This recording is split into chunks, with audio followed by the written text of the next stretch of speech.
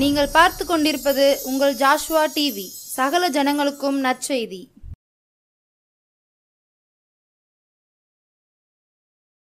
புது எண்ணெயால் புது பலத்தால் புதிய கிருபையால் என்னை நிரப்பும். அல்லேலூயா அல்லேலூயா அல்லேலூயா அல்லேலூயா அல்லேலூயா அல்லேலூயா. Thank you my lord, thank you my master, thank you my father, thank you my daddy. நன்றி சொல்கிறேன். காலை விளக்காக நன்றி ஏசப்பா, கிருபைக்காக இறக்கத்துக்கு ஸ்தோத்திரம்.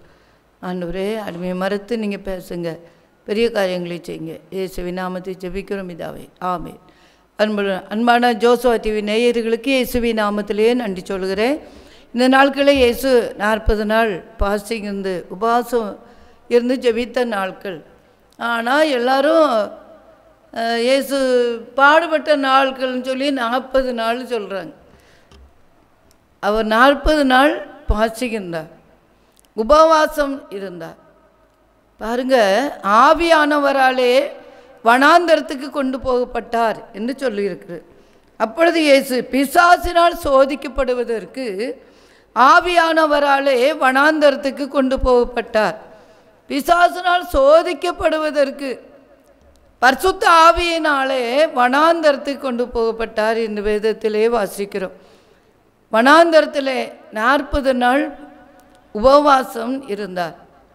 பாருங்க, இஸ்ரவேல் ஜனங்கள் வனாந்தரத்திலே ஆண்டவர் இயேசு மன்னாவை கொண்டு போஷித்தார். நல்லா சாப்பிட்டாங்க, வேலை செய்யாமல் சாப்பிட்டாங்க. காலையிலே மன்னா விழும், எல்லாம் பொறுக்கி சாப்பிடுவாங்க. யாருமே வேலைக்கு போகலை. அந்த இஸ்ரவேல் ஜனங்கள் பார்வோனுடைய கையில் பட்ட உபத்திரம், வேதனை, பார்வோன் படுத்தின கொடுமை அத்தனையும் மாற்றி ஆண்டவராய் தெய்வம் அவர்களை பிரித்து கொண்டு போய் வனாந்தரத்தில் நல்ல சாப்பாடு கொடுத்து நல்லா ஆசீர்வதித்தார். இயேசு 40 நாள் உபவாசம் இருப்பதற்காக ஆவியானவராலே வனாந்தரத்துக்கு கொண்டு போகப்பட்டார் என்று நாம் வேதத்திலே வாசிக்கிறோம். அங்கே வனாந்தரத்தில் பாருங்கள், பாசிங் உபவாசம் இருந்து ஜெபிக்கிறார். சில சோதனைகள் வரும்போது நமக்கு வனாந்தரம் மாதிரி இருக்கும். வனாந்தரம் அதாவது சிலருக்கு கடன் பிரச்சனை வரும், சிலருக்கு வியாதிகள் வரும், சிலர் பிள்ளைகளால் குடும்ப பிரச்சனை, கணவனால், இப்படி ஒரு சில பிரச்சனைகள், தொழில் காரியங்களால், பிள்ளைகள் படிப்பு சரியில்லை, பிள்ளைகளுடைய திருமண காரியங்கள், இவருடைய காரியங்களே சில காரியங்கள் நல்லபடியாக நடக்கலைன்னா அது வனாந்தரம் போல தான் இருக்கும். அது ஒரு சோதனை தான், ஒரு சோதனைக்காரன் என்று சொல்லப்பட்டிருக்கிறது. ஆண்டவர் இயேசு இந்த 40 நாள் பாஸ்டிங் இருந்த பின்பு தான் அந்த பிசாசை சோதித்தார், ஜெயித்தார், சாத்தானை ஜெயித்தார். சாத்தானை ஜெயிக்கக்கூடிய கிருபை கிடைச்சிச்சு. அதனால தான் அவர் 40 நாள் பாஸ்டிங் இருந்தார். பாருங்கள், அந்த பிசாசு வனாந்தரத்தில் சோதிக்கிறான். பாஸ்டிங் இருந்த பின்பு 40 நாள் உபவாசம் இருந்த பின்பு அவருக்கு பசி உண்டாயிற்றுன்னு விதத்திலே வாசிக்க. பசி உண்டானே பிசாசு அவர்கிட்ட சொல்லுது, இந்த கல்லுகளாம் அப்பங்களாகும்படி செய்யும் அப்படி சொல்லு. ஆனால் ஆண்டவர் என்ன சொல்கிறார் தெரியுமா? மனுஷன் அப்பத்தினாலே மாத்திரமல்ல, என்னுடைய வாயிலிருந்து புறப்படும் ஒவ்வொரு வார்த்தையினாலும் பிழைப்பான் அப்படின்னு எழுதப்பட்டிருக்கு. இன்றைக்கி நம்முடைய தேசத்திலே எல்லா ஜனங்களும் 40 நாள் மீன் கருவாடு சாக்காமல் இருக்கணும் அப்படிலாம் இருக்கிறாங்க. சோத்திரம். 40 நாள் முடிஞ்சவொடனே எல்லாம் சாப்பிட்றாங்க. இந்த 40 நாளில் பாருங்க, இந்த சாத்தானுடைய சோதனையை அவர் ஜெயித்தார். அதனால தான் சோதிக்கப்படுவதற்கு ஜெயன், சோதிக்கப்படுகிறவர்களுக்கு ஜெயம் கொடுக்க வல்லவர். நம்மளுக்கு இப்படி ஒரு சோதனை இருந்து ஜெயம் கொடுக்கிறவர் இயேசு தான். பிசாசனால் நம்ம சோதிக்கப்படுகிறோம். நம்ம குடும்பத்தில் சிலர் செய்வன பிசாசு வச்சிடுறாங்க, செய்வன போராட்டம் வச்சுறாங்க. அதனால் சில பிசாசு போராட்டங்கள் ஜெபிக்க முடியாத காரியங்கள், ஊழியம் செய்ய முடியாத காரியங்கள், பல காரியங்கள் நிமித்தம் சோதிக்கப்படுகிறோம். சொந்தக்காரங்களே சோதனையை செய்கிறாங்க, சோதனைப்படுத்துகிறாங்க, அப்படிலாம் காரியங்கள் வருகிறது. இப்போ ஆண்டவர் நமக்கு ஜெயம் கொடுக்கிற தேவன். இந்த 40 நாளும் ஏசப்பா பாடுபட்டார், முறுக்கிட சூடப்பட்டார், கைகளில் ஆணிகள் அடிக்கப்பட்டார், வாரினால் அடிப்பட்டார், அப்படி சொல்லி பாடுகளையே தியானித்து கொண்டு இருக்கிறோம். அவர் 40 நாள் பாடுபட்டார். நீ சொல்கிறாங்க பாடுபடலை. அவர் 40 நாள் பாசிக்கிருந்து ஜெபித்து சாத்தானை ஜெயித்து விட்டார், பிசாசை ஜெயித்து விட்டார், சோதனையை ஜெயித்து விட்டார். சோதனையை சகிக்கிற மனுஷன் பாக்கியவான், அவன் உத்தமன் என்று விளங்கின பின்பு ஜீவிக்கிற கிடைக்கிறது. அப்போ சோதனையை ஜெயிக்கிறதுக்கு நமக்கு ஆண்டவர் பலம் கொடுக்கிறார். அதனால தான் அவர் 40 நாள் பாசிங்க உபவாசம் இருந்தார். அநேக நாள் ஆண்டவருடைய கிருபையால நானும் 40 நாள் இருப்பேன். ஆனால் ஃபுல் இருக்க முடியாது. ஏதோ 40 நாள் அப்படின்னா ஒரு 3 மணி சாயங்காலம் 4 மணிக்கு மேலே சாப்பிட்றது அப்படி. ஆனால் ஏசு ஃபுல் பாஸ்டிங் இருந்திருக்காரு பாருங்க 40 நாளும். சோத்திரம். ஆண்டவர் அதிசயம் செய்கிறவர். ஒரு காரியத்தில் எலிசாவை பார்க்கும்போது எலியாவை சூரியச்செடிகளை சாகணும் படுத்து கிடக்கான். அங்கே தேவதூதன் எழுப்ப அப்பமும் தண்ணியும் கொடுக்குறார். சாப்பிட்டு திரும்பியும் படுத்துக்கிட்டான், திரும்பியும் கொடுக்குறார். சாப்பிட்டுட்டு 40 நாள் நடந்தான்னு வேகத்திலே வாசிக்கிறோம். ஒரு நாள் சாப்பிட்டு 40 நாள் நடந்திருக்கேன், சாப்பிடலை. அப்படிலாம் கிருபைகள் கிடைக்கிறது. நான் சபை கட்டணும்னு நினச்சேன், ஆனால் காசு கிடைக்கல. ஒரு சின்ன ஊர் கரங்குடல். நிறைய இடத்துக்கு வெளியே ஊழியத்துக்கு போகிறேன். பம்பாய் போகிறேன், சென்னை போகிறேன், கோயம்புத்தூர் போகிறேன், பொள்ளாச்சி போகிறேன், கன்னியாகுமரி மாவட்டங்கள். இதெல்லாம் நல்ல இடத்துல காணிக்க கொடுக்குற ஆட்கள்லாம் இருக்கிறாங்க. அப்போது நாகர்கோயிலில் ஒரு வீட்டில் மீட்டிங் நடத்தினேன். அங்கெல்லாம் மக்கள் நிறைய ரட்சிக்கப்பட்டு வந்தாங்க. அங்கே ஒரு சபை கட்டிடலாமா, ஒரு பெரிய ஊரில் நம்ம சபை கட்டினா சென்னையில் கட்டிடலாமா அப்படின்னா நிறைய காணிக்க கொடுக்குறது இருக்காங்க, நம்ம உயர்ந்துடலாம் நினச்சேன். ஆண்டவர் என்ன சொன்னார்னா, அந்த கிராமத்தில் தான் கட்ட சொல்லி கர்த்தர் கொடுத்தார். கிராமத்தில் காணிக்க கொடுக்க ஆள் கிடையாது, கொஞ்சம் பேர் தான். ஆனால் பாருங்கள், கஷ்டப்பட்டு தான் வேலை செய்கிறாங்க. பனையிடுற தொழில், இன்னும் தோட்டத்துக்குள்ளே வேலை செய்கிற தொழில், இப்படி கஷ்டப்பட்டவங்க. அங்கே யார் காணிக்க கொடுப்பா, சபை எப்படி கட்ட அப்படின்னு நினச்சேன். ஆண்டவர் சொன்னார், நான்லாம் உனக்கு கட்டித்தரேன்னு சொன்னார். ஆண்டவர் நமக்கு சபை கட்டித்தர தேவன். அவர் சொன்ன செய்கிற தேவன். பாருங்க, அவர் கட்டி தந்தார். அதிசயம் செய்கிறவர், அற்புதம் செய்கிறவர். நம்முடைய தேவன் பயங்கரமான பராக்கிரமசாலி. ஏன்னா வசனம் சொல்கிறது. சோத்திரம். பாருங்க, தெபராளைய நான் தாயாக எழும்ப மட்டும் கிராமங்கள் பாழா போயின அப்படின்னு தெபராள் சொல்கிறப்பல. கிராமங்கள் இன்னைக்கு நிறைய ஊழியக்காரங்க கிராமத்தில் ஊழியம் செய்கிறதே இல்லை. எல்லாம் பெரிய பெரிய பட்டணங்களில் போய் நிறைய காசு கிடைக்கும், பெரிய ஊழியங்களாக வரும் அப்படி சொல்லி நினச்சி ஓடுறாங்க. ஆனால் அந்த கிராமத்தில் இருக்கிற மக்களுக்காக ஜெபிக்கும்படியாக தான் ஆண்டவர் ஒரு சிலரை தேர்ந்தெடுத்து வைத்திருக்கிறார். அப்போ கிராமத்தில் தாயாக எழும்பி நம்ம ஜெபிக்கும்போது நிச்சயமாக ஆண்டவர் அந்த காரியங்களை வாய்க்க பண்ணுகிற தெய்வம். பல சோதனைகள் வந்தாலும், பல வேதனைகள் வந்தாலும் அதை சகிக்க ஆண்டவர் பலம் கொடுக்கிறார். அதுதான் அவர் பிசாசை ஜெயித்தார், அந்த சோதனைக்காரனை ஜெயித்தார். பிசாசு இன்னைக்கு எத்தனை குடும்பத்தில் சோதனை கொண்டு வந்துகிட்டே இருக்கிறார். அதை ஜெயிக்கக்கூடிய கிருபையை ஆண்டவர் கொடுக்கிறார். பாருங்க, கல்வாரி அன்பு, கள்ளனுக்கு வாழ்வு கொடுத்த கல்வாரி அன்பு. 2 கள்ளனில் ஒருத்தன் ஆண்டவரை நிந்திக்கிறான், ஒருத்தன் நம்ம செய்த பாவங்களுக்கு தக்கதாக தண்டனை பெறுகிறோம், தன் பாவத்தை அப்படியே ஒத்துக்கொண்டான். ஆண்டவர் சொல்கிறார், அதுக்கு பிறகு தான் இன்றைக்கே நீ இருப்பார் என்னோடு கூட பரதேசின்னு சொல்லிட்டார். பரதேசி வாழ்க்கையை பரலோகத்துக்கு போகிற வாழ்க்கை தான் அவர் பட்ட பாடுகள். அதுக்காக தான் அவர் ஏன் பாசிங்கிருந்து ஜெபித்தார். பிசாசுகளை விரட்டுவதற்காக, பிசாசை ஜெயிப்பதற்காக பாஸ்டிங் இருந்து ஜெபித்தார்.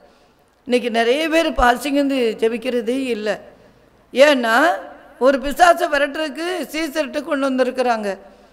அவங்கள விரட்ட முடியாமல் போயிட்டு இந்த பேயை துரத்த முடியல.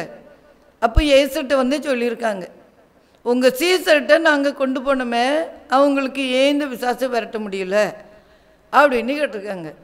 அப்போனா ஏசு சொன்னார், இவ்வகையான பிசாசு, இந்த ஜாதி பிசாசு ஜபத்தினாலும் உபவாசத்தினாலுமே அன்றி வேறு எந்த விதத்திலும் புறப்பட்டு போகாது.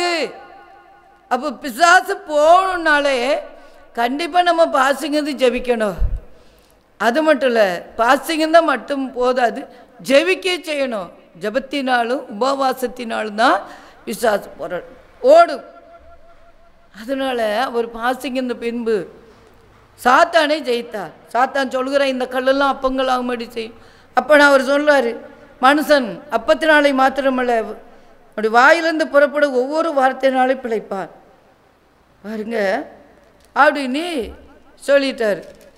திருப்பி போனான் பாருங்க பிசாசு. பரிசுத்த நகரத்துக்கு அவரை கொண்டு போய் தேவாலயத்து உப்பு இருக்கையை மேல் நிறுத்தி, நீ தேவனுடைய குமாரனே ஆனால் தாழ குதியும், ஏனெனில் தம்முடைய தூதர்களுக்கு உம்மை குறித்து கட்டளையிடுவார், முது பாதம் கல்லில் இடராதபடிக்கு தங்களுக்கு கைகளை ஏந்தி கொண்டு போவார்கள். எப்படி பிசாசு சொல்லியிருக்கு பார்த்தீங்களா? அவர் என்ன சொன்னார் தெரியுமா? உன் தேவனாய் கர்த்தரை பச்சை பாராதிருப்பாயாக அப்படி சொல்லிட்டார். ஜெயித்தார். மறுபடியும் சொல்லுகிறான், ஒரு மிகவும் உயர்ந்த மலையை ஏற்றி கொண்டு போய் உலகத்தை சகல ராஜ்யங்களையும் காட்டி அவைகளை மகிமையை அவருக்கு அன்பித்து, நீ சாஸ்தாங்கமாய் விழுந்து என்னை பணிந்து கொண்டார், இவைகளை எல்லாம் உமக்கு தருவேன் என்று சொன்னான். அப்பொழுது ஏசு அப்பாலே போ சாத்தானே ஒரே வார்த்தையில். அதுக்கு பிறகு உன் தேவனாய கர்த்தர் ஒருவரை பணிந்து கொண்டு அவருக்கு மட்டும் ஆராதனை செய்வாயாக என்று எழுதியிருக்கிறதே என்று சொன்னார். அப்பொழுது பிசாசானவன் அவரை விட்டு விலகி போனான் என்று வேதத்தில் வாசிக்கிறோம். அன்பு பிள்ளைகளே, பிசாசானவன் நம்மை விட்டு விலகி போகணுன்னா கண்டிப்பாக நாம் அவர் ஒருவருக்கு தான் ஆராதனை செய்யணும். இன்றைக்கி நிறைய பேர் யாருக்கெல்லாமோ ஆராதனை செய்கிறாங்க. இயேசு மட்டும்தான் ஆராதனை செய்யணும், அவருக்கு மட்டும்தான். பிசாசை கும்பிடக்கூடாது, விக்கிரத்தை வணங்கக்கூடாது. பாருங்கள், அவர் ஒருவருக்கே ஆராதனை செய்வாயாகன்னு சொன்ன உடனே தான் சாத்தம் ஒடிய விட்டான். தேவ தூதர்கள் அவருக்கு பணிவிடை செய்தார்கள். தேவ தூதர்கள் வந்துட்டாங்க அவருக்கு பணிவிடை செய்வதற்காக. இன்றைக்கும் நம்ம சாத்தான சிலர் வருவாங்க, பிசாசு வருஷ கணக்கில் பேய் இருக்குன்னு சொல்லி நம்ம ஜெபிச்சோன்னா கர்த்தர் அந்த சாத்தானுடைய கட்டுகளை உடைத்து அவர்களுக்கு விடுதலை கொடுப்பார். தேவ தூதர்கள் அவருக்கு பணிவிடை செய்தனர். அது மட்டும் இல்லை, அதுக்கு பின்பு தான் ஆண்டவராக இயேசு ஊழியமே செய்திருக்கிறார். இங்கே நிறைய பேர் பாசிங் போடாமல் ஜெபிக்காமல் ஊழியங்களாம் செஞ்சுட்டு கடைசியில் பிற ஊழியம் செய்ய முடியாமல் பாவத்தில் விழுந்து எப்படிலாமோ ஆகிடுறாங்க. இன்றைக்கி பாருங்கள், சோத்திரம், இருளில் இருக்கிற ஜனங்கள் பெரிய வெளிச்சத்தை கண்டார்கள். மரண இருளில் திசையில் இருப்பவர்களுக்கு வெளிச்சம் உதித்தது. எப்போ?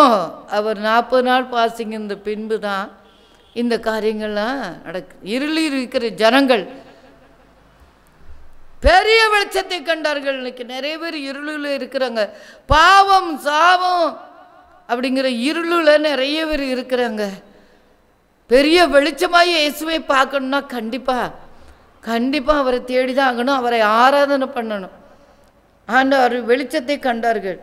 அது மட்டும் இல்லை, அதுக்கு பின்பு அவர் பிரசங்கம் பண்ண ஆரம்பிக்கிறார். மனந்தரும்புகள் பரலோகராஜ்யம் சமீபித்திருக்கிறது என்று பிரசங்கிக்க தொடங்கினார். அதுக்கு அவர் தான் பிரசங்கமே பண்ணியிருக்கார். பாசிங் இருக்காமல் ஜெபிக்காமல் பிரசங்கம் பண்ணி ஒரு பிரயோஜனம் கிடையாது. இயேசு 40 நாள் பாசிக்கின்ற பின்பு பிசாசை ஜெயித்து அதுக்கு பின்னால் தான் ஒரு பிரசங்கம் பண்ணியிருக்கார். அதுக்கு வர பாருங்க, மீன் பிடிக்கிறவர்களாகிய பேதுரும் யோவானும் பேதுரும் அந்திரேயாவும் கடலில் வலைபட்டு மீன் பிடித்து கொண்டு இருக்கிறார். அவர்களை கண்டு என் பின்னே வாருங்கள், உங்களை மனுஷரை பிடிக்கிறவர் ஆக்குவேன் என்று உடனே அவர்கள் வலைகளை விட்டு அவர் பின்னாலேயே போயிட்டாங்க. சோத்திரம். மீன் பிடிச்சிருந்தவர்களை பார்த்து மனுஷனை பிடிக்கிறவர்களாகவும் மாற்றுவேன் அதுக்கு பின்பு தான் அவர் சீசரையே தேர்ந்தெடுக்கிறார். பாசிங்க பின்பு தான் பாருங்க.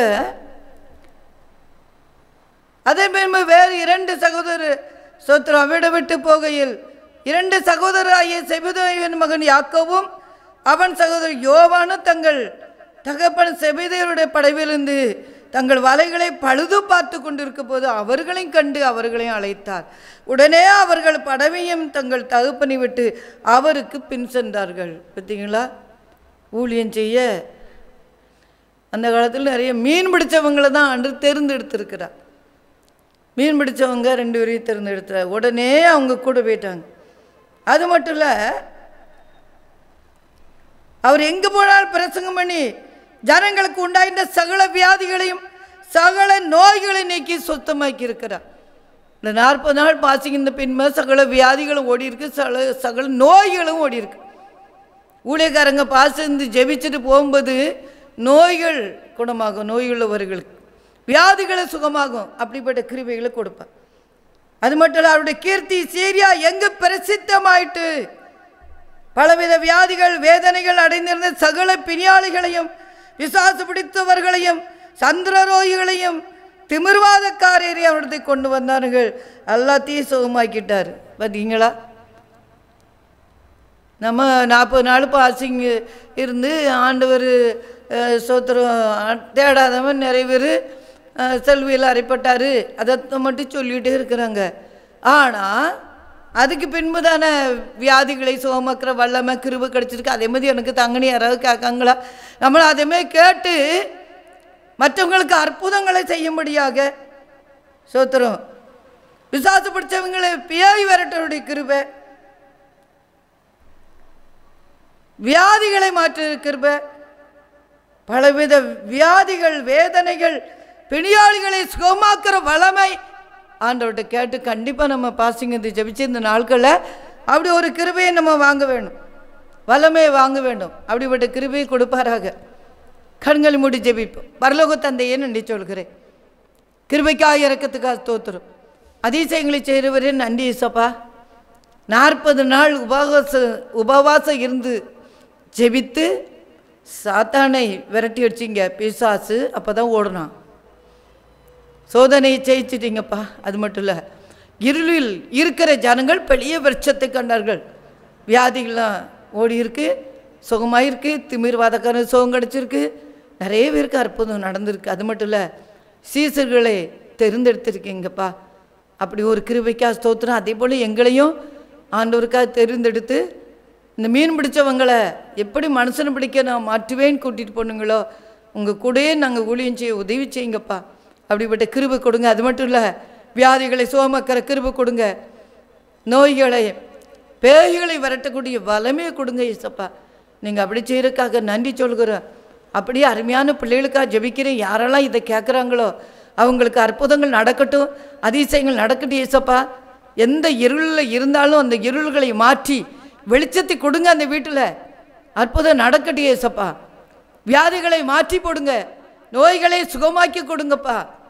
ஹல்லேலூயா. அது மட்டும் இல்லை, ஊழியம் செய்ய அநேகரை அழைத்து கொண்டு வாங்க இயேசப்பா. நீங்கள் அப்படி செய்ய போறதுக்காக நன்றி. இது கேட்குற பிள்ளைகள் ஹல்லேலூயா, பார்க்குற பிள்ளைகளை கர்த்தர் தொட்டு உமக்காக வாழ உதவி செய்யுங்க இயேசப்பா. எப்படி மீன் பிடிச்சிருந்தவங்களை ஆண்டவர் பக்கமாக திருப்பி கொண்டு வந்தீங்களோ மனுஷனை பிடிக்கிறவங்க மாற்று போல அருமையான பிள்ளைகள் மனுஷனை பிடிக்கட்டும் ஐயா. அநேகரை ரட்சிப்பு நடத்துகிற கிருபையில் கொடுங்க இயேசப்பா. ஆண்டவர் நீங்கள் அப்படி செய்யறதுக்காக நன்றி. எங்களுக்கும் இந்த 40 நாள் பாசிங்க ஜெபிக்க கிருபை கொடுங்க. அது மட்டும் இல்லை, சோதனை ஜெயிக்க கிருபை கொடுங்கப்பா. ஆண்டவர் அப்படி செய்யறதுக்காக நன்றி சொல்கிறேன். உங்கள் கிருபைக்காக இறக்கத்துக்காக தோத்துரும். அதிசயம் செய்யுங்க. தடைகள் மாறட்டும். தேவக்கரம் சுத்துக்கார கூட இருக்கட்டும். Thank you my lord, thank you my master, thank you my father, thank you my daddy. நன்றி ஏசப்பா. உங்கள் இறக்கம், உங்கள் கிருபை அப்பா சோத்துரும். தேங்க்யூ ஜீஸ். கூட இருக்கிறதுக்காக நன்றி சொல்கிறப்பா.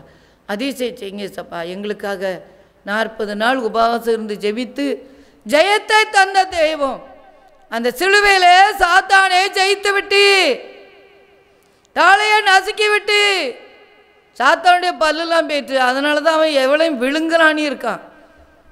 பல்லெல்லாம் உடைச்சி போட்டுட்டீங்களே கல்வார் சிலுவையில். இந்த பாசிங்க இந்த ஜெபித்ததுனால எவ்வளோ பெரிய ஆசீர்வாதம் எங்களுக்கு கிடச்சிருக்கப்பா. அப்படியே இந்த நாட்களில் அருமையான பிள்ளைகள், கண்ணீரோடு இருக்கிற பிள்ளைகள் கண்ணீரை மாற்றுங்க, வியாதியை மாற்றுங்க, பலகீனை மாற்றுங்க, அற்புதங்கள் அதிசயங்கள் நடக்கட்டும், பெரிய காரியங்களை செய்யுங்க. கிருபையினாலும் இரக்கத்தை முடிச்சு விட்டுங்க. ஏசப்பா கரத்திலே தாழ்த்துறேன், ஆசீர்வதி. தேவக்கர கூட இருக்கட்டும். இயேசுவின் நாமத்திலே ஜெபிக்கிறோம் நல்ல பிதாவே, ஆமென்.